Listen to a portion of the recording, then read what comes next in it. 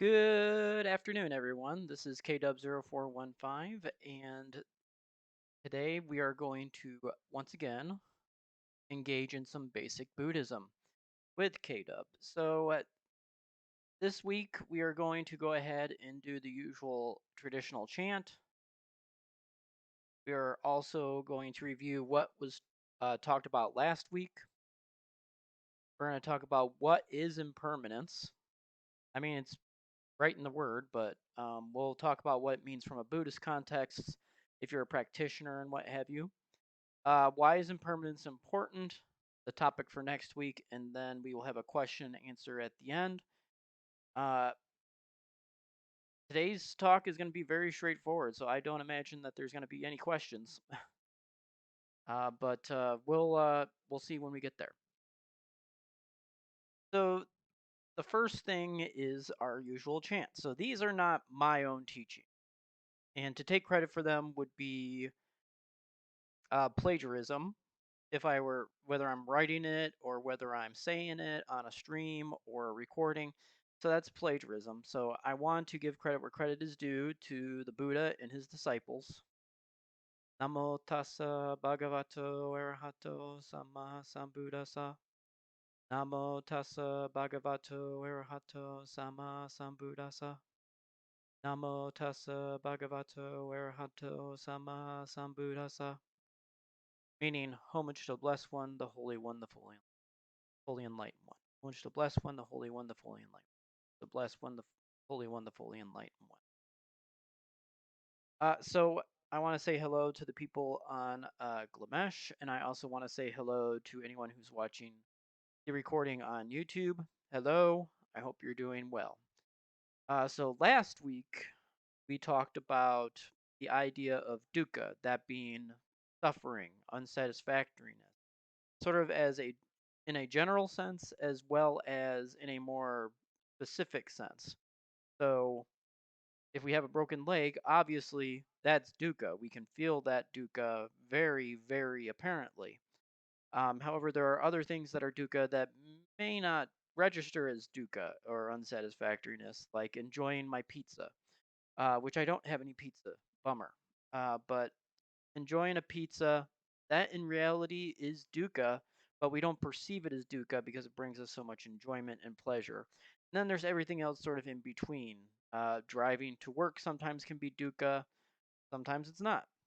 It's sort of a mixed bag, so to speak. Okay, so that was what we talked about last week. This week we're talking about impermanence. So, what exactly is impermanence? Well, it's pretty straightforward than the name. The im means not, impermanence means, being everlasting. So, right in the word, you can get an idea of what the word means. It means that it is not a permanent object or state. And we all know that. We all understand that to a certain degree, but when you're a Buddhist practitioner, impermanence is one of those teachings that is right there in front of us, and we are told to be mindful of that impermanence, especially when it comes to our mental states and our emotions and any situations that may be occurring. Those situations, those emotions, those objects, they are all impermanent. They are not in the same state from moment to moment. If you are taking a sort of Buddhist viewpoint on this, this is not unique to Theravada Buddhism, which is what I practice. This is in pretty much every Buddhist practice that I can think of off the top of my head. I don't think there's any Buddhist practice that I can think of off the top of my head where impermanence is not a teaching. Maybe Pure Land Buddhism, but Pure Land Buddhism is sort of the monkey wrench in the general Buddhist uh, machine when it comes to explaining things because their practices are uniquely different from what I practice or what a person at a temple practices. So it's different for them than it would be for me because I follow the more traditional school.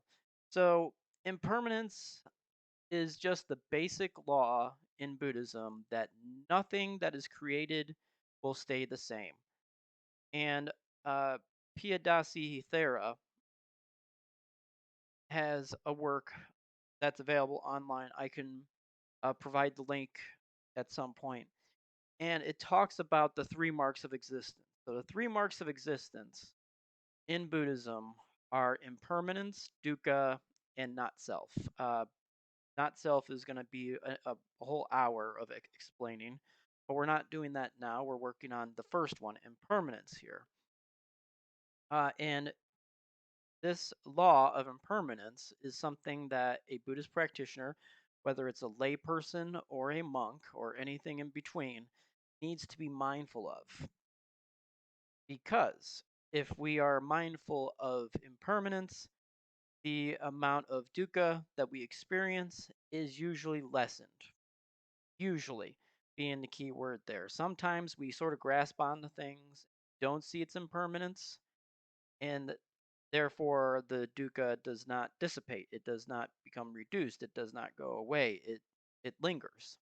And we're going to talk about why that's important in the next little discussion point. But what is impermanence? If you just look at the word itself, it means not permanent. And in a Buddhist context, all things that are created, so no exceptions on this, are impermanent. There is nirvana, which is an exception to the rule. Nirvana is an unconditioned state. It was not created, it's always been there. You know, whether you believe it or not, that's sort of a leap of faith for me, uh, being being skeptical nowadays. But it's there, it's in the text, it says it, so it's worth saying, it's worth stating. That is the only exception to the impermanence rule. Everything else is created by causes and conditions, and therefore is impermanent.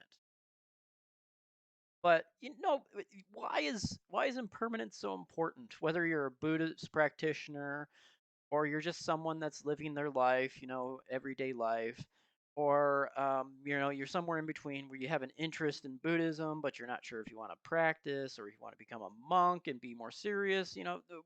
Why is impermanence so important? Well, it's so important because according to the the Dinka Nikaya, Sutta number 16, the Buddha, his last words before he passes into parinibbana is about impermanence. Impermanent, subject to change, are component things. Strive on with heedfulness. Sometimes it's translated as strive on with earnestness.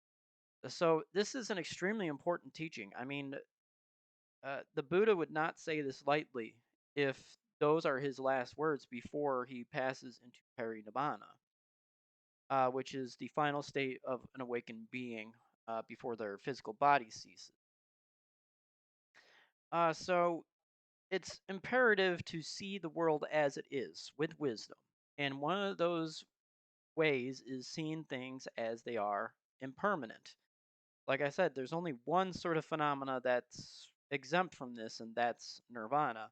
I sort of call it the God problem of Buddhism, because it said nirvana's always been there. It's not created, and it's like, okay, well, that brings up more questions than answers. Then what is it really? But for everything else is subject to change. Your plans are subject to change. Your body is subject to change. And this can get in the way of seeing the world as it really is for a Buddhist practitioner, whether it's myself as a layperson or as a monk. So, the basic reason why impermanence is so important is that it changes the viewpoint of the world as being dynamic as opposed to static. And philosophers have been struggling with this for years and years and years and years. Is this river that is running right now the same as it was 1 second ago? Is it the same exact river? And so, you have the school of a river's a river, it doesn't change. And then there are others that say, no, there are things within this river that are changing, and therefore it's not the same river. So you have those two schools of thought. And I consider Buddhism sort of on the school of thought where everything is changing every single second. Therefore, how can it be the same? So this applies to objects like rivers, like the cup that's in front of me that has my beverage. My finger is impermanent. My headset's impermanent. My laptop is impermanent. Why? Because all those things are created. They arose from causes and conditions. You might even say, to a point, karma is impermanent because it arises from certain causes. But I'm not going to stretch it that far because I'm not an expert on that. And if you are an expert on karma, please explain to me how that works. And I think this is important point to make from um, a very hardcore core Buddhist perspective. People are not exempt from this dynamic state. And the things that constitute what a person is not exempt from impermanence. That's super important as a Buddhist practitioner, and especially as a monk. You got to see those things as permanent, as transitory, as suffering, and you don't want that. And so you take actions to prevent that dukkha from re-arising. So according to the Buddhist text, there are 5 aggregates, is what they are called. As in, you put them all together, and as an aggregate, you get a person. That is physical form, feelings, perceptions, our intentional formations based on our intentions, obviously, and then consciousness. So let's take a look at those more systematically and see if they are exempt from that impermanence thing. Is physical form exempt from impermanence? Absolutely not. Anyone who's been sick, anyone who's had broken bones like myself will tell you that the body and physical form are definitely not exempt from impermanence. They are in a changing state, whether it's from our environment or whether it's just the physical body itself, which is always undergoing change. If you read a basic not psychology, biology book, you read about cells and how cells will die, but the body regenerates or creates more cells if those cells dysfunction. And so we have this process of change going on in our physical bodies that we don't necessarily see, that we don't necessarily feel. It's going on automatically. We're not really aware of that, but we can sit down, for example, and say, is this headache that I'm feeling permanent or is it transitory? Is it a moment to moment process? And so one sits in meditation or just sits with mindfulness and is able to see, oh, well, it is sort of a throbbing thing, but it's a momentary thing. It's not continuous like I think it is,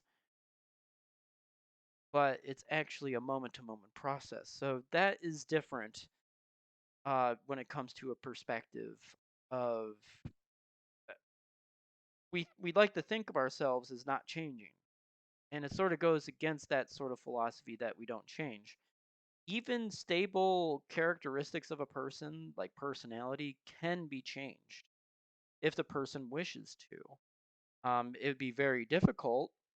For example, I'm a very introverted person, and it would take me a lot of effort to be a more outgoing person. I would be going against the grain of what my environment and my genetics have formed me into. It would be very difficult to do. So physical form. Next, we have feelings. We like to think, oh, well, I feel awful and I'm always going to feel awful. But if you sit down from from a Buddhist perspective, if you sit down, you're mindful of your feelings. Once again, it's one of those things where it's a moment to moment process. And you can also, if you're in that mindfulness state, understand that there's only one particular object that's holding on to that particular feeling, and that is the person themselves. Their mind is not able to get over it, and it holds on to it. And then you can tame the mind through meditation, if you so choose to, or just say chill out. The shortcut way is the drink, but I wouldn't recommend that if you're a Buddhist practitioner, because Traditionalists don't like shortcuts like that. Also, it's against one of the five precepts. Uh, so we have our physical form that's changing moment to moment. Our feelings are also changing moment to moment, but we're not usually aware of that. So, boredom, for example, that's not a continuous process like we think. We think, oh man, I've been bored for a half hour. And not really. It's a moment to moment process if we're really examining it from a Buddhist perspective. And if we buy into that Buddhist perspective. So, feelings also, and this includes romantic love. You cannot love someone no matter how much you try 24 hours a day, 7 days a week, 365 days a year, because your concentration and your awareness go away from that person, whether it's for work, whether it's for play, whether it's sleep. So no matter how much we say, I feel love for this person always, it's not that's not the way it works from a Buddhist perspective. It's a moment to moment process, and we hold on to that love. And whether that love results in wholesome qualities or unwholesome qualities is anyone's guess, because it's going to differ by person about how much they would do for the person that they love. So that's going to be a little bit different. So basically, so far, physical form is not exempt from impermanence, and feelings are not exempt from impermanence. And I would like to say that even the Buddha, his feelings would change in some of the suttas. So it's not like he was exempt from impermanence either. So we have form, we have feelings, and now we have perceptions. How we perceive the world, how we perceive objects, how we perceive ourselves. All of those things are not exempt from impermanence.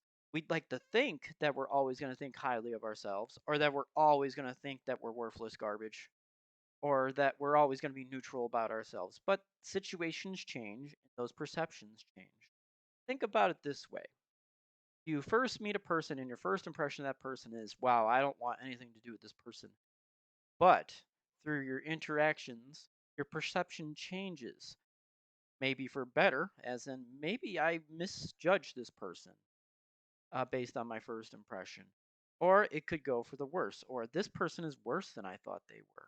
You know, they're a murderer. You know, that's something to be mindful of as well. As a Buddhist practitioner, I should be aware that my perceptions change, whether it's about the world, whether it's about myself, whether it's about other people, whether it's about an object.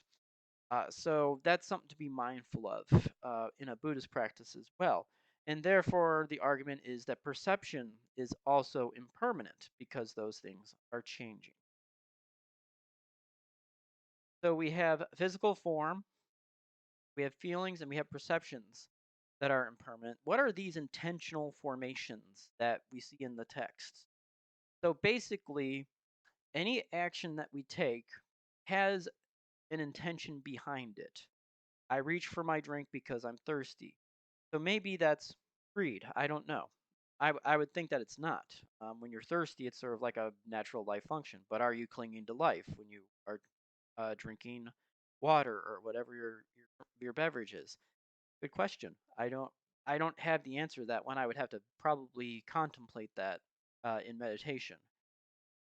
But our intentional formations. So why we do things, why we say things, why we think things. So those can also change based upon circumstances. So, for example, my perception of the supposed green revolution that's supposed to be happening at some point, which is an idea. And ideas come into play on this as well when we get to consciousness. So, my intention to support said action might change. So, it might be wholesome to begin. I want to help others. And a great way to help others is to try and be more green. However, it may change later on where it's I want to fit in, and that's sort of a greed thing. That would be rooted in greed, I would think. I want to be accepted, and that's a basic human need, by the way. I want to be accepted, and I want to be loved, and I want to be right. And so now my intention is greedy. It's different. The motivation is different. So those things also create new karma. So if I go around chasing a rat in my apartment and smash it to death, That's different than if I accidentally kill a rat, which would be very difficult to do, especially if it's a huge rat. But the intentions form new karmic energy, which follows us in this life and potentially the next life or a life after that, depending on when that sort of karmic energy expires and is extinguished. So it's not exactly, what goes around comes around, but it's close. But these intentional formations are also transitory based upon circumstances and how we perceive things, how we think of things. So, not exempt. So, that's four of the five aggregates that the Buddha mentioned. So, physical form, impermanent. Feelings, from a Buddhist perspective, impermanent. Perceptions are impermanent. Our intentions and motivations are impermanent, which leads us to consciousness. And this is one I used to be more active on Twitter for philosophy posts, but then it got really weird at some point, and I sort of stopped. So my perceptions changed, and if I ever got back into it, I would need to definitely have a different mindset. But consciousness is something that people really, in at least in that forum, really held on to. My consciousness is my consciousness, therefore it's me, it's my ego, it's myself. But they don't realize that consciousness is actually a transitory thing as well. It's a moment by moment process, and it's a tricky moment by moment process. So think about it. If consciousness were ourselves, you know, we're completely in control of it, we would be able to perceive anything that we wanted, whether it was close to us and whether it was far away. We'd be completely in control of our abilities. But that's not how the real world works, is it? I can only hear so far. I can only see so far, and I wear glasses, so I'm actually visually impaired a little bit in that respect. So the consciousness from the senses, for example, are a very piss poor sort of example of, oh, that's myself. And then they're like, well, I'm aware of me. But who are you? Is the big question. Are you really consciousness? Because what happens when you're in a lesser state of consciousness, sleep, is your sense of self reduced, or is that a different self? So let me get this straight. If you sleep through a hurricane that kills hundreds of thousands of people, or whatever the situation may be, hundreds of thousands would be an exaggeration nowadays because of our advanced warnings. But let's say you slept through a major event where people died and you couldn't save them. Would you be saying the same stuff and making the same argument? No, you would say, well, it's not my fault because I was sleeping. Well, when you're in a state of sleep, your consciousness changes, right? As opposed to when you're awake. When you're awake, you're more aware of your environment. When you get to a deep sleep stage, it's just basic survival. You hear a strange noise that may be threatening, and then there's that arousal period. So consciousness does change. Also, when it comes to ideas, ideas change. Believe it or not, my idea of what the American dream is has changed over the course of my 37 years of existence outside of the womb. So that idea that I'm conscious of, I'm aware of it, has changed. It's altered. It has not stayed the same for the course of 37 years. It's impermanent. Your awareness of yourself is impermanent. Whether you're sleeping, whether you're watching Netflix, whether you're in the bathroom, all of that changes the states of consciousness. And but you might say, but if I'm awake all the time, I can perceive things perfectly and I can perceive myself perfectly. Once again, not really. That's not how consciousness really works when it comes to that. You can only be conscious of a certain number of things before you get overloaded. And then when you get overloaded, you get tired, and you basically say, okay, what's important for my survival? And then you turn off that type of consciousness so that, excuse me, so that you survive and that you're doing well. So those five things are what the Buddhist texts say people think that they are: their form, their feelings, their perceptions, their intentions, and their consciousness. That those are part of a permanent sort of entity, but that's not 100% true looking at it from a Buddhist context. And it's very difficult to explain, but Buddhists don't believe in a soul because that would be counter to the teachings of the Buddha, because the Buddha said eternalism is one extreme, annihilationism is another. There is this middle path. And also because the soul violates the impermanence of existence. So, from a Buddhist perspective, if it's not impermanent, it doesn't really um, exist in a material sense. So, in our sort of material world, and even at a spiritual level, you could make the argument that it does not exist in that way. So, I was rewatching Final Destination earlier this week. I was doing something that didn't require a lot of attention, so I watched Final Destination over again. And there's a character named Todd, and he survives the plane crash, and he says, I wrote something. He communicates how I feel, and what he was communicating was basically impermanence. We say we don't know our time when death will occur, but we always assume that it's somewhere down the road, sometimes distantly down the road. And that may not be true. It may be today. So I really wanted to bring that up because I think that really speaks to impermanence. And I think that traumatic events such as a plane crash or another event that's near death can really bring that out.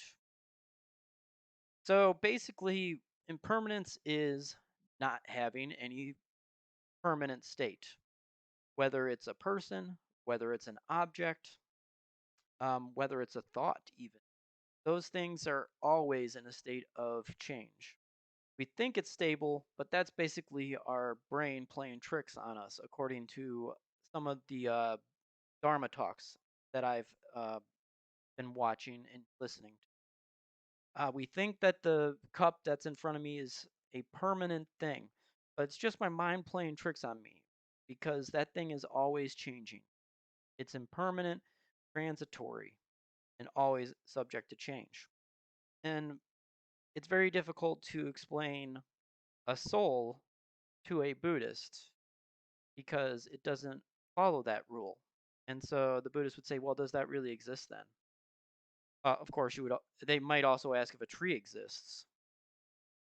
A tree does exist as a physical thing that we gave a name to, but is it really there?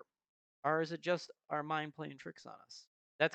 That's sort of a mind only school thing, but it's worth mentioning. So we see impermanence every day. We experience it every day. Your car breaks down. Hello, impermanence. Uh, I'm thirsty. Impermanence. I'm hungry. Impermanence. I'm sleepy. Impermanence. If impermanence didn't exist, you would never be sleepy. You'd probably always be alert. But because of the states of impermanence, that is not the case. And because we're in a constant flux of change and the world is dynamic and not static, it's sort of foolish for a Buddhist practitioner such as myself to think, oh, well, that's a permanent thing. And we can use impermanence from a Buddhist perspective to alleviate a lot of our feelings and our perceptions that we have.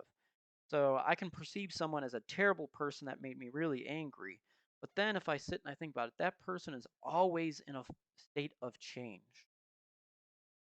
They are not the same person from 1 second to the next. I am not the same person I was when I started this stream and when I started this recording. I'm just not. I've changed. Physically, I've changed. My feelings have changed. My perceptions of the world have changed.